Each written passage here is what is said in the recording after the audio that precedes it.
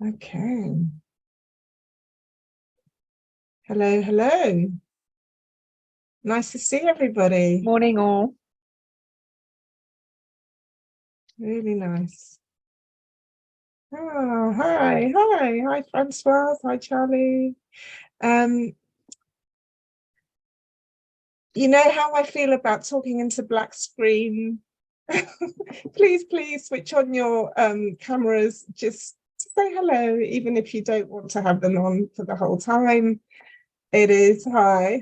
It is it does make a difference for us who are facilitating the session to see human faces rather than black screens. I've had and doggies. Oh yeah, and Jane, your yes, little yeah. furry friend there. So it's always lovely to see. And don't worry about how you look. Nobody is worried about that here on a Saturday morning. We know how it goes. On a Saturday morning, you get up, just roll out of bed. Exactly. I was supposed to be chatting with Annie at 9, and I didn't make it till 9:30. It just wasn't going to happen today. So sometimes this is how it goes. Anyway, it's so lovely to see you. I think we do have our latecomers, I know, because it is a Saturday morning. So I think we'll just get going, actually, so that we've got a lot to cover. And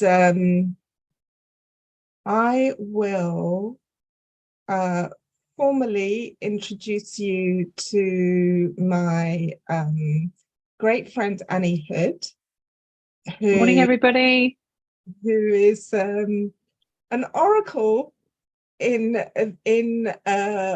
what I call wellbeing values, and that's why I was very keen to do the session today, because Annie's very aware of what's going on in the world, but also what's going on with the individual. And it really helps me when I speak to her sometimes to just really ground down to what is important and what really matters. And so we do that. So Annie, welcome. Thank you very much for joining us this Saturday. Oh, it's a pleasure to be here. It's a pleasure to have you. And I think what we'll do is we'll start, like we start always with our facilitators, our speakers, finding out a little bit about you, because we're always interested in people here and what led them to their work. So tell us a bit about your background, Annie, please, and Sure. What led you to where you are today with your work. No, sure. Well, my background was in hospitality. I was in restaurants, hotels, and general hospitality for many years. And I moved over following a year's backpacking into wellness and well-being. Back at the age of 29. I'm much older than that now. When I came back from that year of backpacking, having been to India and Southeast Asia, I really shifted in terms of what mattered to me. I'd seen all these different cultures, and much of them were about how well people were and how they achieved that well-being. And actually, India was a particular turning point for me, and I really was properly backpacking. $1 a day sort of budget for rooms, for accommodation. So that meant I was absolutely with the locals. No nice hotels for me, but what that gave me was huge insight into how most people in India live, and most of them don't have a lot of money, but my word, they would give you the shirt off their back, the generosity, the kindness, and the happiness that they possessed from having so little.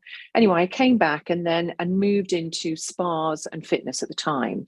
And then over the years had various positions. My last employed position was in Dubai with the Jumeirah Group. I was the corporate director, group director for spa, wellness and fitness with them. Made redundant in 2009 and decided to paddle my own canoe, from there. That was quite a turning point. We might come to that later, but I recognised that the specific perceptional split between how wellness was accessed in Dubai and then coming back here to the UK, and it's a whole different story. And I sought from there to make wellness practice and the state of well-being more accessible to all. But nearly lost my shirt in the process because I explored initially, at least, an ideology of, well, it's obvious, everybody's going to get into wellness, and of course the NHS is going to adopt this wonderful concept that I've created. Of course they are. Why wouldn't they? Anyway, it doesn't go like that, does it? But over the years, I've got to what you see behind me now, which is a daily podcast, and I've gone from creating a wellness community back in 2010, which was way too early, into a consultancy, and then into a company called Well Intelligence, which I created to really bridge the gap between what we know as wellness practice and well-being, and why it matters to government, to business, to society, and to protecting our future. That's it in a nutshell, Stella. Of course, I can expand on all of those pieces. Yeah, sure. I think a lot of the work you do now then is very much at the corporate level. You're working with businesses, right? And yeah. You're working with businesses who are trying to access government policy as well, aren't you? Yeah. So there is a big quest going on here, because I put in the newsletter that when we think about well-being values, a lot of us think about, how do we lead a well-being lifestyle? And a lot of us think about, okay, well, I eat really well, I buy organic foods, I exercise, I do my meditation daily, and that's a big part of that. But there is like this circle of well-being, which has many different components, one being community, one being spiritual, one being financial. There's a whole load of aspects to this circle of well-being. What does that mean to you? Talking about the circle of well-being, but how does living a well-being lifestyle, what does that mean to you, living a well-being lifestyle? Well, look, I've grown into it, but what I've sort of discovered, as I think we all do, is that well-being is a part of our everyday. It's in the choices we make every single day, in terms of how that feeds how we feel. So, from what time we go to what time we go to bed at night, and how we protect that quality sleep, to what happens in the morning. Do we go straight for coffee? Do we drink water first? Do we journal? Do we go outside, go for a run? Think consciously about what we're eating, because all of these things feed into the blueprint of who we are, how we show up, how clear-headed we are, how we feel. I'm a huge advocate for no alcohol. But that's a very personal thing. I found, I'm in perimenopause, myself now, and found, in those years leading up, that even just one little bit of alcohol just completely wrecked me. And to get quality sleep, to wake up, feeling good, clear-headed, is more important to me than the taste of a gorgeous glass of white Burgundy the night before. I do still have the odd glass, But I mean, I find it extraordinary how alcohol completely ratchets up my levels of anxiety. And it is absolutely that. And given the world we live in right now, I've drawn the conclusion that the more I nurture my own well-being through those choices I make every single day, the better I feel overall, and the greater my potential, to honor my own values in the world for myself. Go on, Stella. But these things are that they are around our physical health, a lot of them. And I'm just, because I know people who lead a very clean lifestyle and they do all of this, but they're actually quite miserable. They can be quite miserable, and they can be quite kind of unhappy deep down, or they can be quite unkind people sometimes too. So how do you move beyond with your lifestyle, with your well-being lifestyle, beyond the physical aspects of, like not drinking alcohol, going to bed early, all of those things?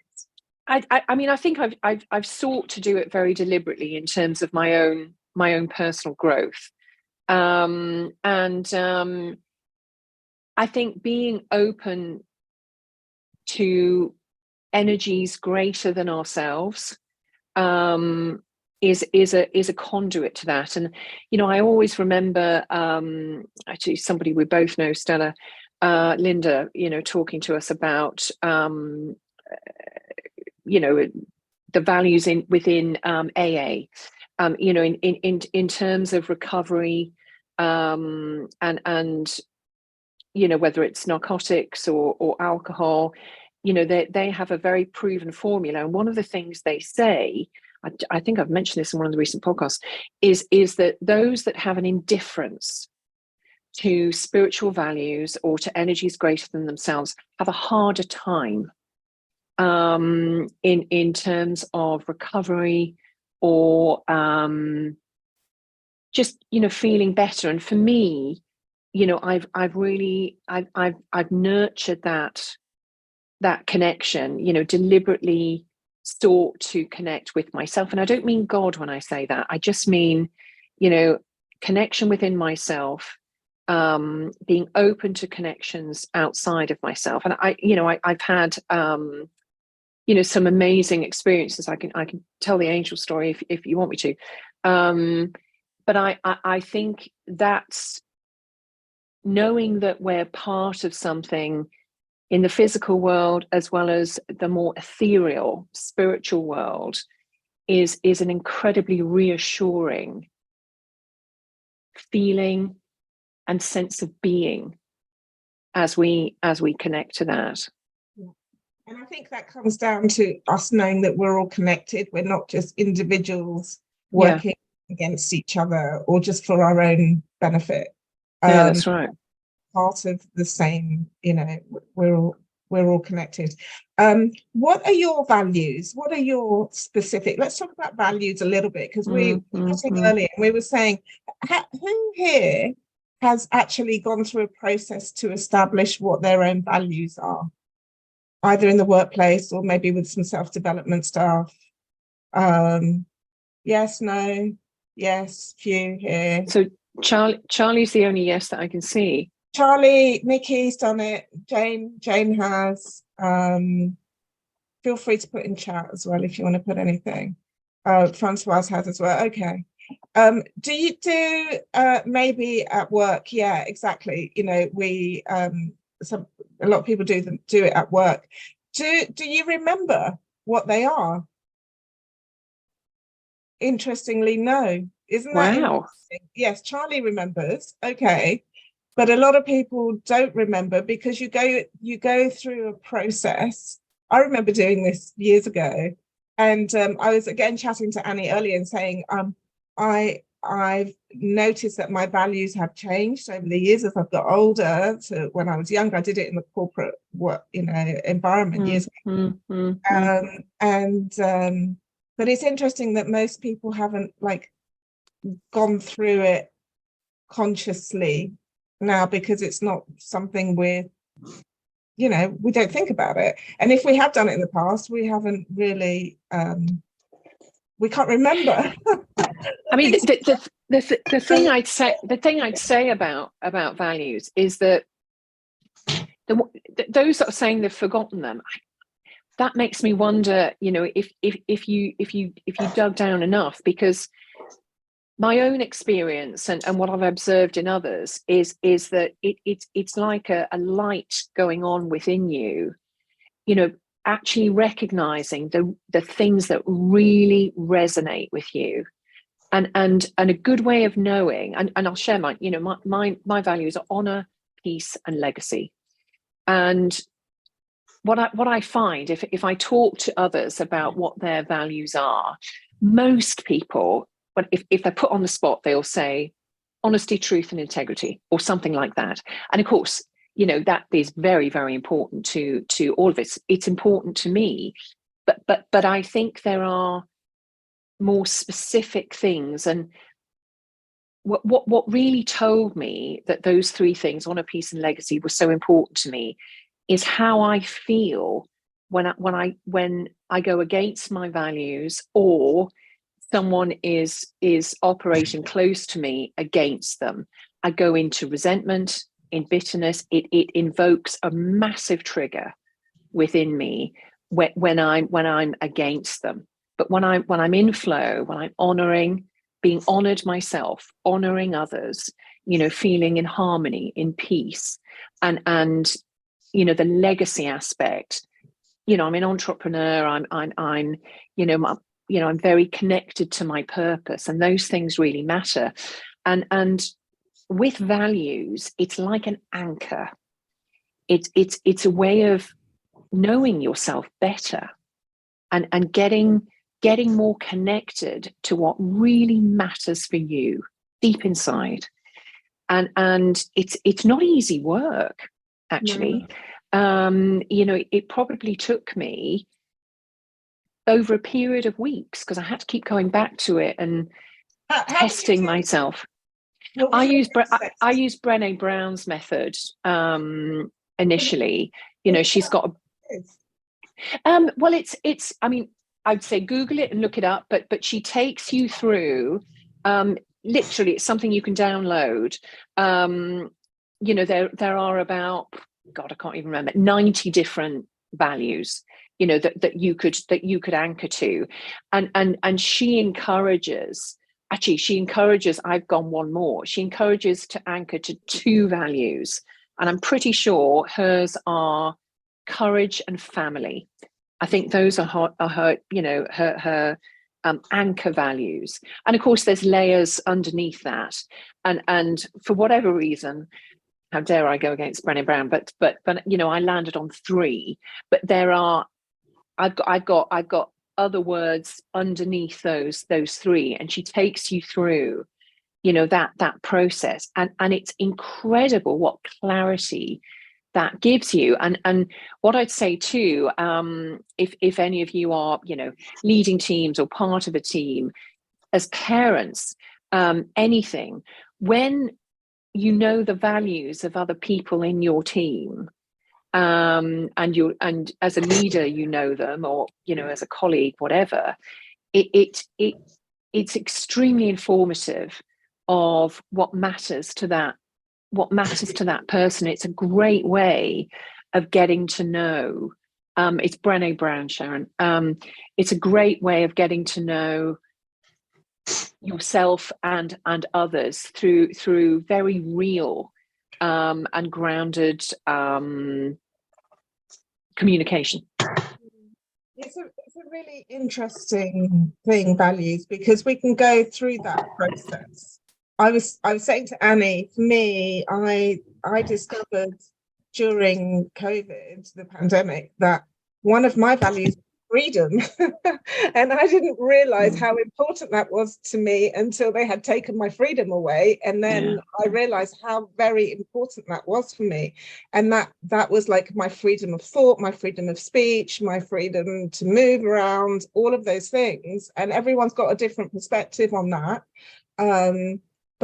but it, you know, we won't go into that now, but at that time I was like, wow, that is so important to me. And if someone had asked me what my values were before, I would not have recognized that. I would never have said freedom. It would never come into my psyche.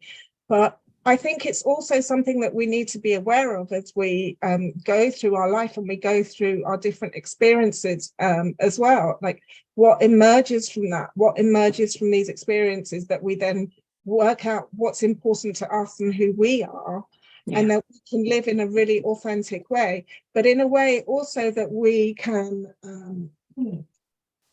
be conscious about those values in our day-to-day lives. So when you get triggered, or if something happens, or if you're in a situation you have to make a decision, that you kind of anchor in on your values, as Annie says, and say, okay, what's important to me?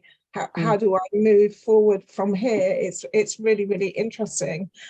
How did you well, actually, this was the question. What was your tipping point to get to these values? I mean, I mentioned just a small example of mine again around the freedom one, but what was your tipping point to kind of start living this way and really? Yeah, I mean, I alluded to the first one earlier, you know, between Dubai and coming back home to the UK.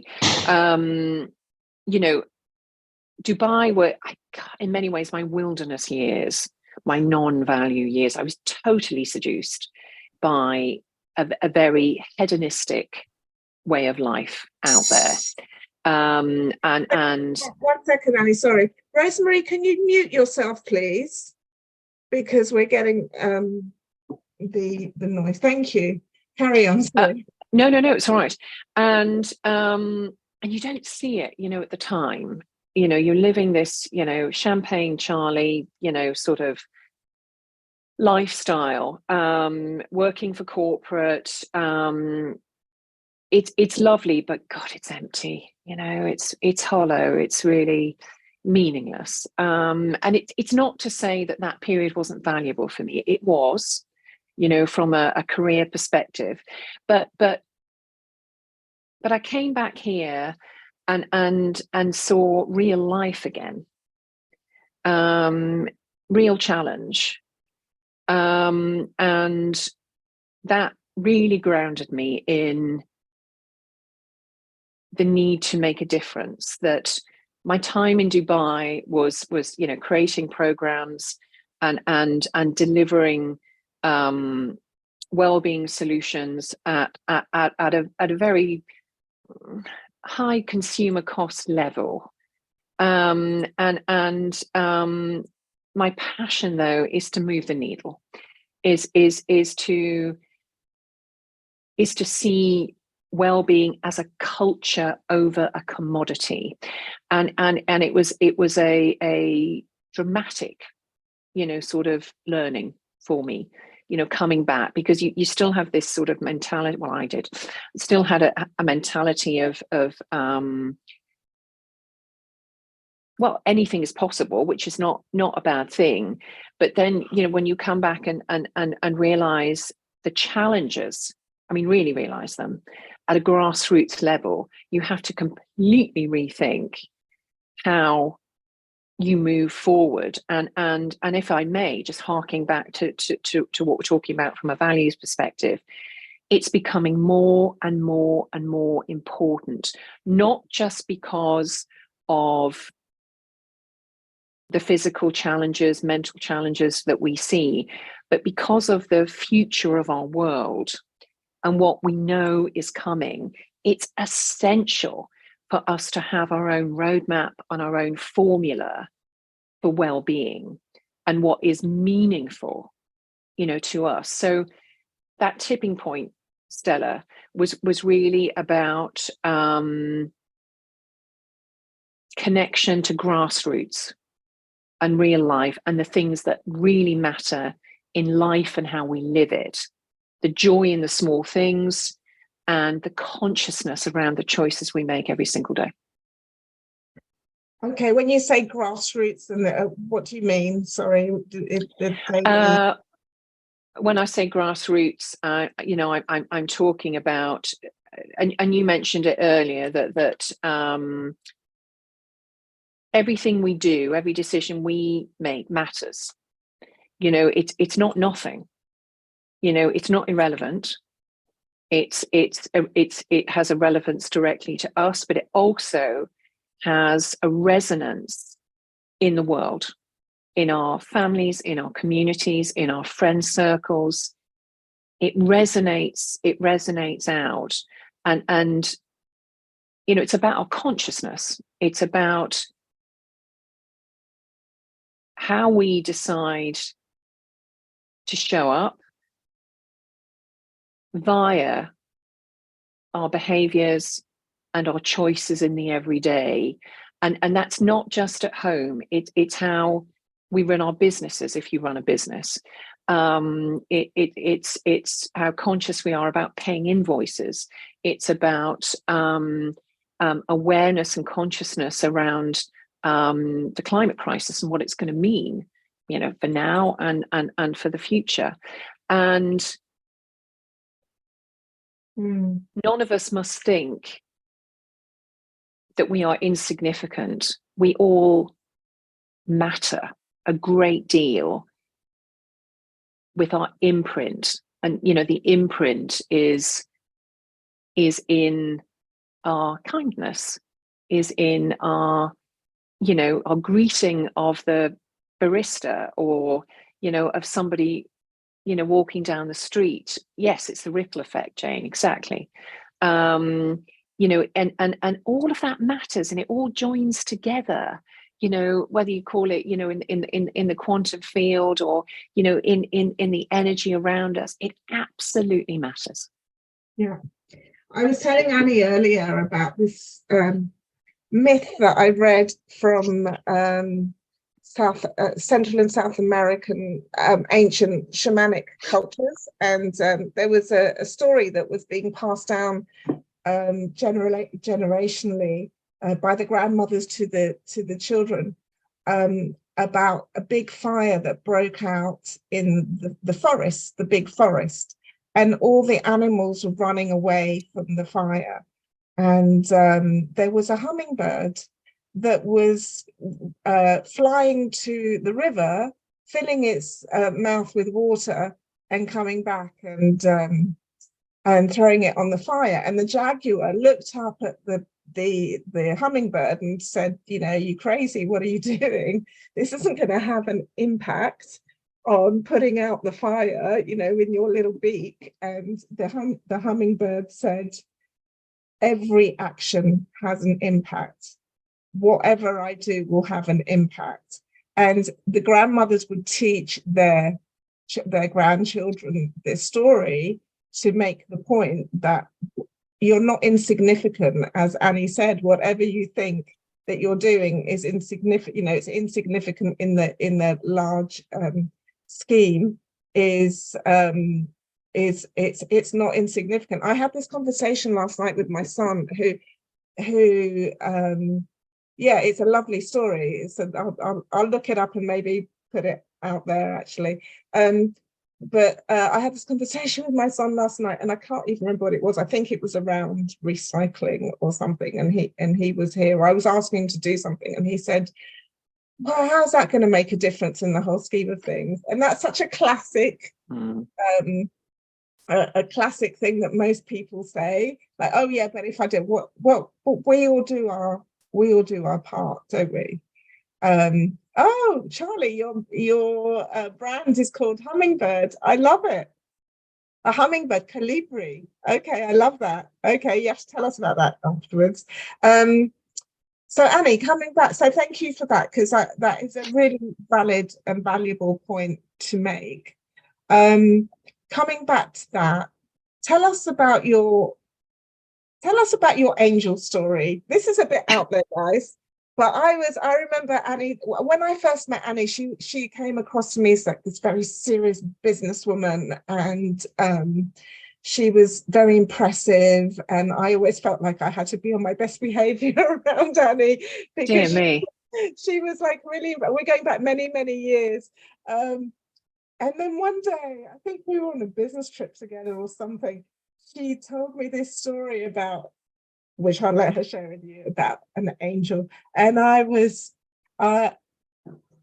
so actually pleasantly surprised, because I was like, wow, okay, who would know? And actually, I want you to tell this story, because then I want to talk about business people or entrepreneurs, people who obviously think that they're all very left-brained and this doesn't come into their psyche, but it does. So tell us about that. Sure. Well, this was back in 2015, and I'd been in Madeira over Christmas and New Year, and I've been doing some work with the government there, actually. But I've made friends. I've got some lovely friends that live there. They're Madeiran, and they said, look, we're doing a sort of retreat over the weekend. Shall we book you in? Do you want to join us? And I didn't even look into it. I said, sure, include me. That'd be lovely. So we showed up together. Off we went. It's right at the top. It's very mountainous in Madeira, and we were way up the top somewhere.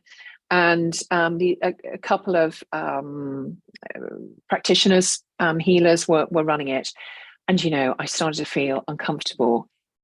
Literally immediately, they had us draw the emotion that a memory of something that made us feel uncomfortable in the recent past, and then shout at this bit of paper and stamp on it. And I mean, it's just not what I enjoy doing. And then we were breaking arrows with our throats. We were holding each other for very long periods of time, complete strangers. We had to do a trance dance for 4 hours with a blindfold on, because the purpose of it is to take away inhibitions and take you to a higher state without the drugs, if you will. So did all this, and I was, looking at, my two friends who were both called Katia, like, what the hell? And they were like, we didn't know. So we're doing all this. I take my mask off, and a guy's taken all his clothes off. And I thought, well, shock horror to begin with. But then I thought, and God knows why I thought this, was I supposed to take my clothes off too? Am I the only person with clothes on at this point? And I wasn't sure which was more shocking, the need to take my clothes off or being the only one that hadn't taken them off. Anyway, it didn't stop there. We had to, we did the walk across hot coals. We had to break wood with our, hands, bare hands. So it was all about peeling back the onion. And I spent the whole day completely outside my comfort zone. I mean, completely. Anyway, we went to bed after midnight that night, really radical. So we'd been at it since 11 that day, doing all these things with me thinking, oh my God, I really don't like this. I'm not enjoying it. It's not my favorite thing. Next day, bring your costumes. And I thought, thank God, we're going to the spa, for the day. But no, rebirthing ceremony. And so we all go down to the pool. We all have to hold hands and sway, and it's just not, my thing. And then we have to hold each other in the pool like you would a baby. And who's next to me? It's a naked guy. So we have to hold each other, and he snuggles in. I mean, it was just unbearable. And so then he had to hold me, and it was just, I mean, I can't tell you how uncomfortable it was. It was awful. So then we had to make these 2 rows, in the pool, the birth canal, for the rebirthing. So about 24 of us facing each other with our arms out so that the person would come down. Have you got it in your mind's eye? 2 rows, arms out, healers at the womb end, and didn't know I'm at the other end, but I have to catch these people. Whoever's at the end has to catch the people being reborn, and people were completely undone. I mean, they were weeping, and there was no choice. You just had to. I mean, it was awful. So anyway, we get to, most people have come down the birth canal, they've had their rebirthing, in various states of undoneness. And in my mind, I shouldn't have been thinking like this, but I was thinking, where is Naked Guy? I cannot come down this birth canal and have him catch me. I just can't. So Naked Guy was safely part of the birth canal. So I'm last, I go up, the healer blesses me. And I said to myself, okay, Annie, it's nearly over. You're just going to lean into this. Just close your eyes and just try and enjoy it. So I go down the birth canal, and it's not unpleasant. Okay, I'm in water, hands are taking me down. I had no idea who had caught me. But anyway, when I opened my eyes and looked around, there was no one else in the pool. And they'd all, in super quick time, got out of the pool. So Miguel, this guy called Miguel, had caught me. He was a Portuguese guy who didn't speak a lot of English. And I said, how long have you had me? And he said, many minutes. And I thought, well, gosh, it felt like a few seconds to me. And then he started to say, you have nothing to worry about. Your angel has got you. And I was thinking, oh, flipping it. And he said, no, really, he has huge wings. He's protecting you. You've got nothing to worry about. Anyway, turned out Miguel is an angel healer. So he, if you will, is the bridge between our world and the angelic realm. And I had a session with him a couple of days after this very radical retreat. And Katia translated for me. And, he told me about my angel, male angel, enormous wings, the biggest he'd ever seen, he said. And he said, do you want to ask your angel anything? I said, yes, I do. I'd like him to come to me without you, please. Annie, cynical mind.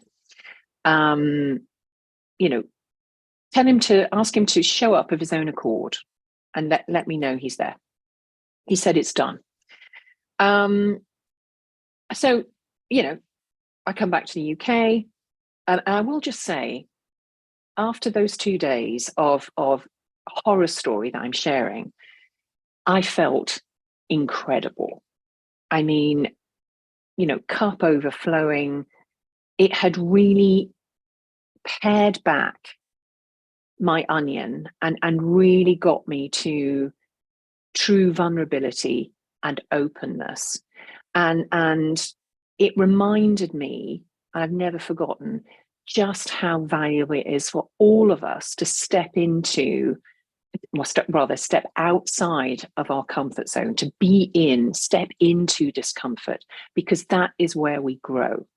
That's where we learn. It's where we absorb the most. It's where we get those aha moments. It's extremely valuable. It doesn't have to be as radical as I'm describing. But this really shifted me massively. Anyway, I came back to the UK, and off I went a couple of weeks later to Munich. I was doing some judging for, the Spa and Wellness Awards. Went to a place called Lanzerhof. You might have heard of it. They do, medical programs, medical health programs. Arrive, they know I'm there as an official judge, and I go for a craniosacral massage. All good. Anyway, halfway through, the therapist stopped. Now, she started treating me in a way, and I knew it wasn't craniosacral. I did think, what is she doing? Anyway, she said, excuse me, madam, no, I'm being guided to treat you in a different way. Do you mind? I said, no, not at all. She carried on. And at the end of the treatment, I said, what happened?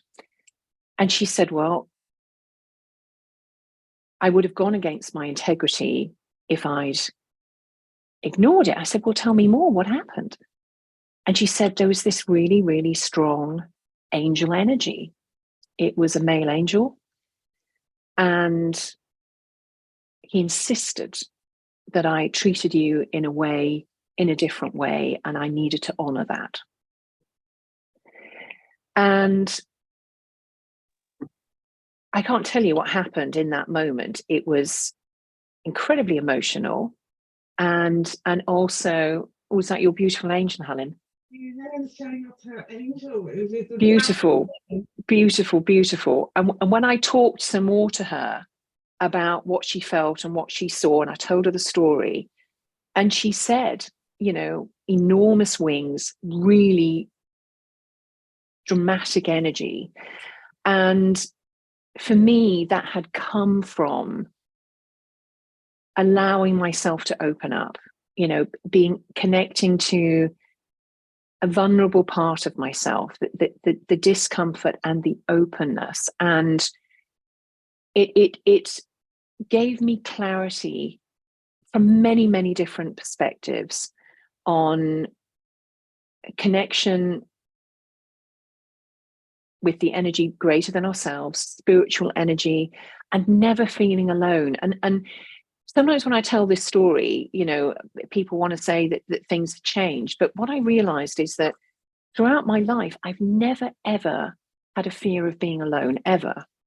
I walk the streets of London, travel alone. I'm never, ever fearful.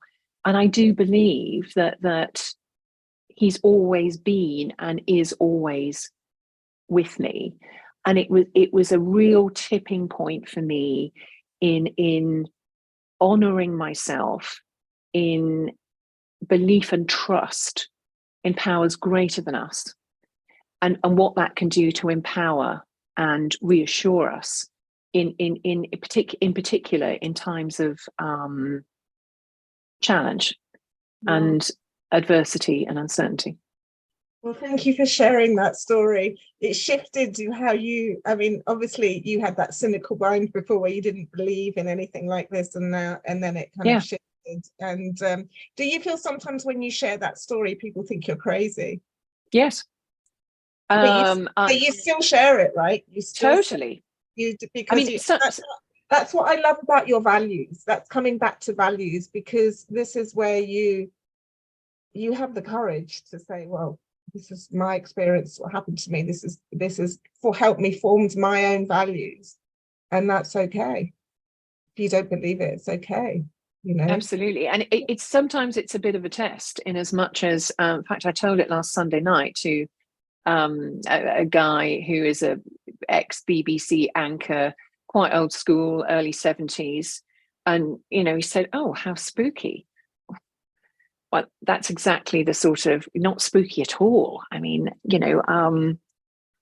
But look, we all have our own, sort of, joy and reason to be in the world. And I think having the courage to shine our own light is really important. Yeah.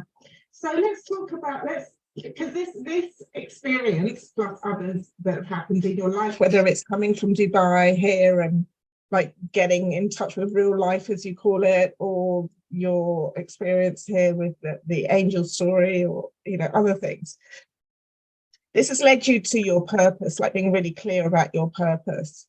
And your purpose is about spreading like the well-being values within, as you say, greater, amongst the individuals, but also with businesses and policymakers. And I know you've tried to do that through the NHS and other organizations before. Tell us more about that work.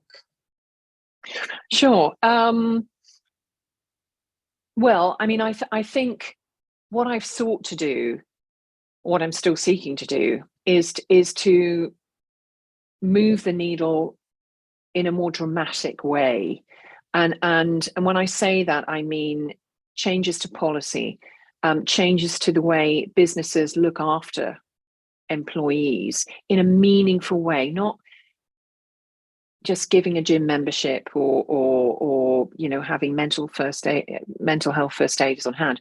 Those are still important things, but in the culture of how people are looked after, whether it's in business, whether it's the culture of society, equitability, equality, the consciousness of decisions around climate and what that means and how it affects us. So and I haven't solved the issue yet, but what I'm doing, with the podcast is really about helping those listening to join the dots and understand that wellness practice and wellbeing doesn't begin and end with a yoga pose and a green juice. It's absolutely about, the values in our financial systems and our economy. It's totally about how we handle and regulate AI. And there's a huge role in geopolitics. Look at what's happening in Ukraine and Russia. China will depending on who wins or is winning, China will go with whoever they feel is the right horse. And well-being for me is a lens through which everything is seen, because people matter, every person matters. And the decisions that governments make, the decisions that businesses make, should be made through a well-being lens that means, is this positively affecting people and positively protecting and protecting our planet? So that macro to micro grassroots well-being lens is what I'm shining a light on, really, through the work I do. And give us an example of where you have made a difference with the business, and Sure. And also where maybe you didn't, maybe the outcome was great as you had expected. Sure. Well, I mean, on a positive note, and you could Google this and see it, very clearly. I did a project with Accor last year called Health to Wealth, and Accor is a large hospitality group. You may or may not be familiar. Thank you, Stella. And they came to me. The brief was, we're doing all these things around well-being, and we want to join them together, thread them together, and tell the world about them, and through that be taken more seriously in how we contribute to well-being. So what I designed was a podcast series, a entrepreneurial, well-tech, think Dragon's Den style environment, and a white paper that threaded together all the insights. But the important thing is that their initial view of all of this was, dare I say, the safe stuff, sleep, food, exercise, meditation, all of those things that are typically well-being. But where we ended up, and I'll fill in the gaps, where we ended up was money, financial well-being. People cannot be well if they can't pay the bills. Equitability and equality, technology and the threats around technology, but also the upside. The real positives and how that can be used to shorten those gaps. Investment and where the money goes, and when you hear these, people wouldn't ordinarily think well-being, but these are the critical pieces that inform our lives from a macro level, and make lives better when we can't, on an individual level, access those alone. So it's the collective. It's joining together people with shared values. There it is again. It's joining those shared values together in understanding, in compassion, and it is a bit tribal and activist. It's about making that difference, and to an extent galvanizing people into that. And I can't tell you, well, I can, that there was challenge in getting some of those teams on board, because it's that comfort zone versus discomfort. And that goes back to the angel story. They are thrilled beyond anything now, because it really resonated. The podcast, there were 12 people, and Wim Hof was one of them. And of course, he's very relatable from wellbeing practice in his breath work, in his cold therapy and meditation. That's an immediate connection on wellbeing. So him and various others, from food waste to equitable investment to technology. And there were 12 episodes in the podcast series, and they got 100,000 downloads in a matter of 9 weeks. Now that you won an award for that series as well, didn't you? Yeah, we did, which was lovely. It won.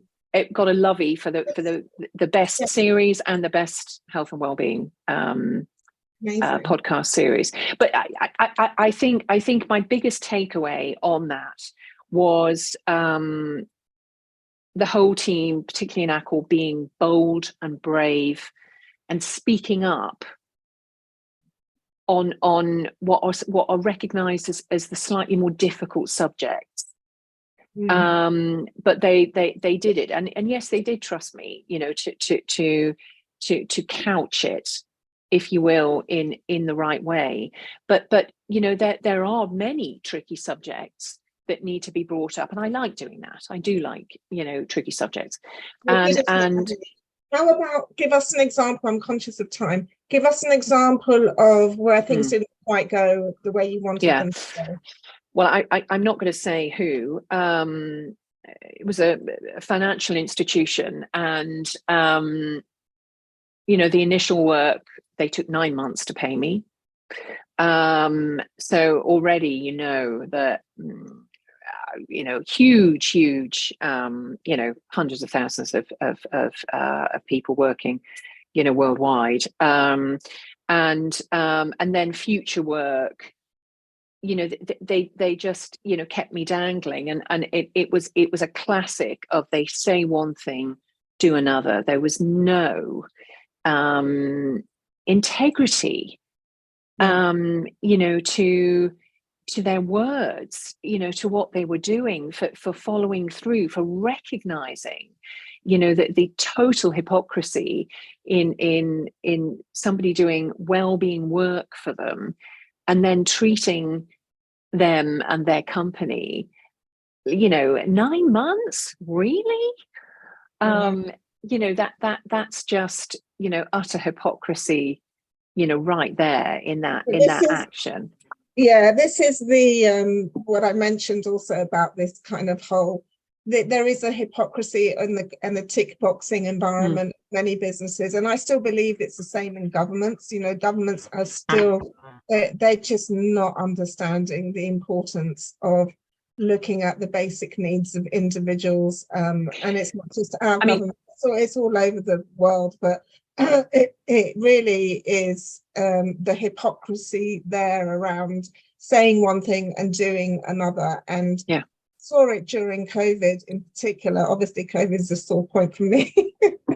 A lot of understand why, but it is a sore point, because what came out of that now, and what's emerging out of that now, is a lot of there was a lot of opportunistic behaviour, and in a quite in a time which was a scary time for so many people.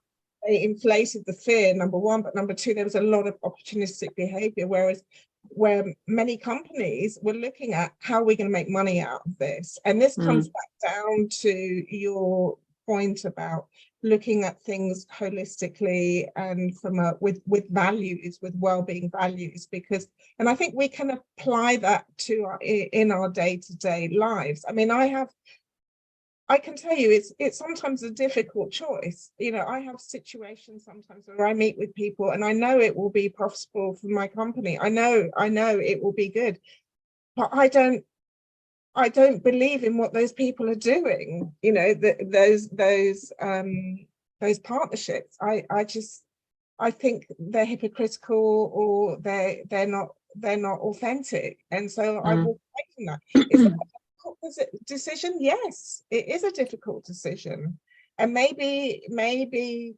10, 15 years ago I would have done differently, but you know, as years have passed and I've seen what's important to me and my values, then I have, you know, I have the courage to apply that. And I think that is, how do we shift that thinking from the individual level? Because we're all individuals, we all make choices. It's like people going to work for companies that are not good companies, you know, because they pay you a good salary. Well, then can you go and find a job somewhere else? Someone else who pay you a good salary, who isn't, you know, who's going to be a better organization. How do we shift that? It all comes back down to money ultimately, right? Well, I mean, my own view is that there will be no choice very, very soon. You know, the climate situation, I mean, it's omnipresent, it's very real, and it will absolutely hold governments, businesses' feet to the fire. There's no escaping it. I mean, truly, and there are some incredible propositions out there. I probably don't have time to tell you about them at the moment, but you know, if you have a resonance for knowledge, I mean, I'd read The Unsustainable Truth. I was trying to put my hands on it. I've got it somewhere. Oh, I think I know what it is.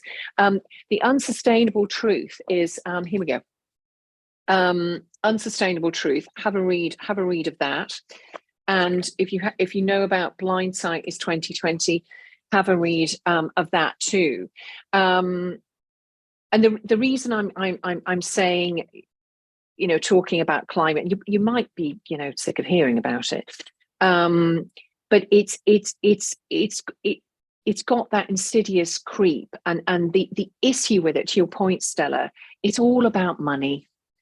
It's all about the money still being made in fossil fuels, oil, gas, and coal, and the proposition in The Unsustainable Truth book, I met the author last weekend, is what he's talking about is removing oil, gas, and coal from the financial asset register, making it worthless, putting it into a transformational ownership situation. Now, you know, that will take me a bit of time to explain, but it's a really excellent book.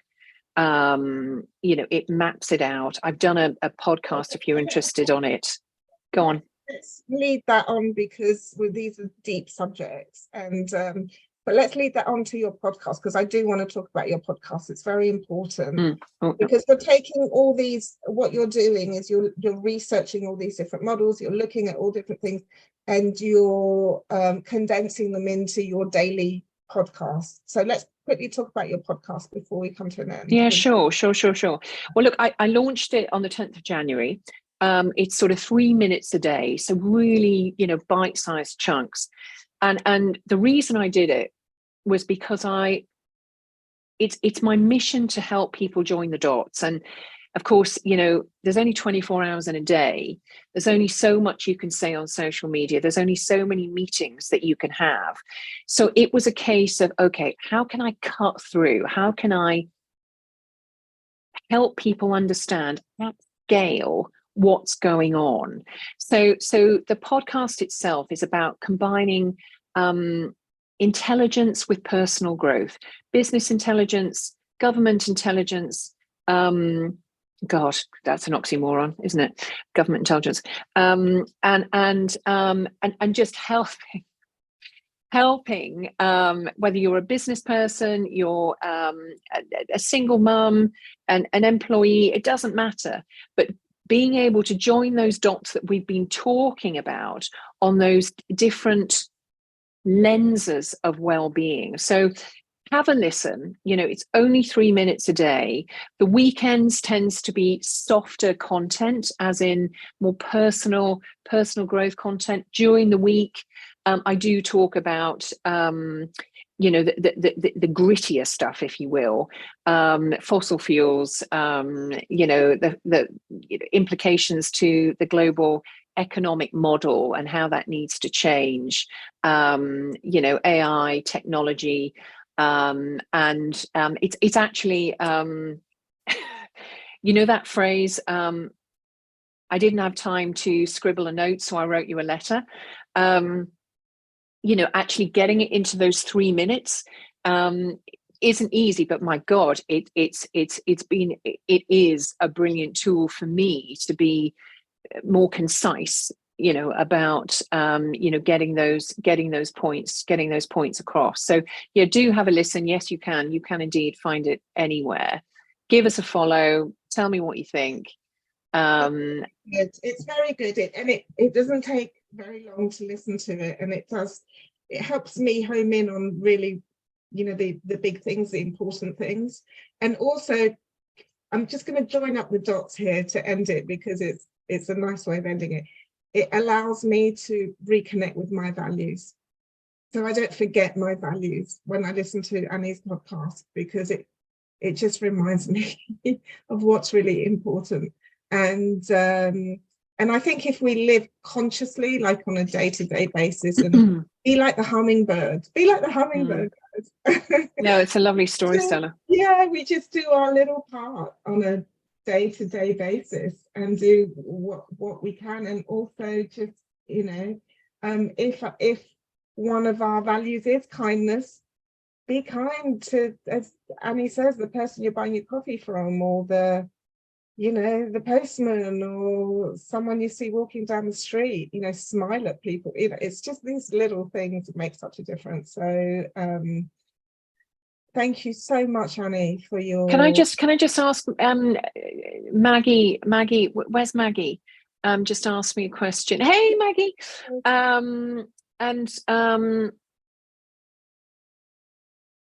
Trying to connect with spirituality.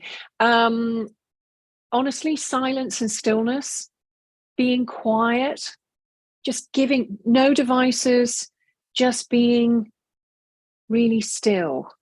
And actually, I do a pod on, I've got one on silence and stillness. Can't remember what number it is, but if you flick through the different episodes, there's one on that, and there's quite a few on spirituality and being guided into it. So, great to hear about your husband there, and just give yourself space and time just to be. And really, sort of open your mind. Nature's another, brilliant shortcut. Poetry, actually, and I really recommend this book, The Poetry Pharmacy. And Stella's familiar with it. Gosh, there's some absolute gems in there. And by the way, all of you with poems, read them out loud. You get so much more from the words when you really embrace them. Yes, the poetry pharmacy. It's got like an depending on how you're feeling, it's set up. So if you're feeling anxious or you're feeling lost or whatever, there's a section for that, and it will take you to poems that are more likely to resonate with you. And all of this, we're all talking about values. All of these, tends to come back to your values. So really observe within yourself what triggers you, what resonates with you, and knowing your values. I tell you, that actually, Maggie, is a brilliant doorway to spirituality. Knowing what honestly matters deep in you, that's a brilliant gateway. Hear. Thank you, Annie. Thank you. Amazing. My pleasure. Lovely to see you all. Charlie, do you just want to tell us quickly about your business before we sign off? Sure, thank you. And apologies for both my voice and my appearance. I actually have COVID for the first time. What are you talking about? You look lovely. You look amazing. Oh, thank you. I didn't have COVID during the whole pandemic. Explains why I'm here rather than at work today. I tested positive this week, so if I'm a bit throaty, I apologise. But I'm at my business is at a very kind of curious stage, in the sense, pivotal, quite nerve-wracking stage, in the sense that from June, when I give up my part-time contract in what used to be my full-time profession, I will be focusing entirely on building my business, which at the moment is all the rest of the days of the week. And it is in wellbeing, understandably, hence, my interest in this area. I've retrained as a reflexology therapist since developing in facial reflexology, and also I've taken a course in holistic massage because I want to work with only the holistic massage side, but with cancer patients as well. So I've done some reflexology training in supporting people who are going through conventional medical treatment for cancer. When I was going through this whole change of deciding to retrain, subsequently retraining, deciding what the values were, well, not deciding, consolidating, because the values come from within, don't they? You don't sort of decide them, you kind of find them and define them and express them.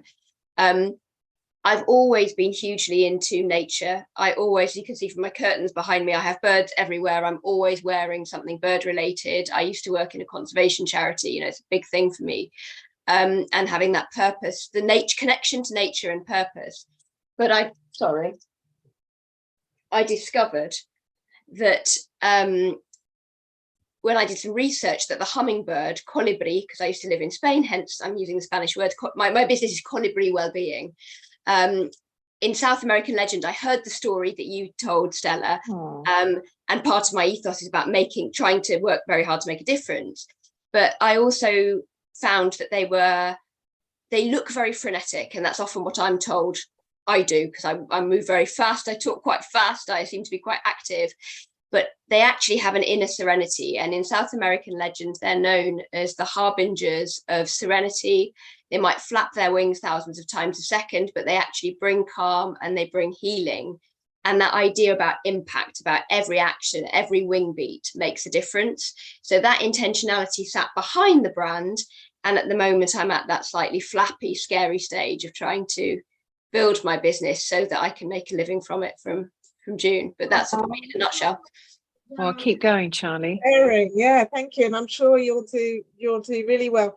Reflexology is very underrated. I was talking about it yesterday with somebody and saying, people think it's just a foot massage. It is so therapeutic. It does so much to help people. I know a very good actually my reflexologist who has diagnosed illnesses in people that they were not aware of, who then went to their doctors and hospitals and, thankfully caught them early. So it's a very powerful form of treatment. It's phenomenally powerful. One of my clients feels she's avoided shoulder surgery because we've managed to get the pain management to such a degree that where she was told they only had the option for a shoulder replacement, she has now cancelled that, monitoring it, of course, not doing anything radical, but because the reflexology itself has allowed her that mobility, and she's now, the quality of life has returned. Yeah, wonderful. Well, maybe in the future you can come and talk to us about reflexology. I'd love to. Well, good luck, Charlie. Let's not forget the hummingbird, the beautiful hummingbirds. And thank you everyone for being present. Have a beautiful week ahead, wonderful week ahead. And next week we're off. We're probably going to have a couple of weeks off around the Easter break. But I'll be in touch and let you know about the next Wellbeing at Home session. Lots of love to everyone. Lovely to meet you all. Take care. Bye for now.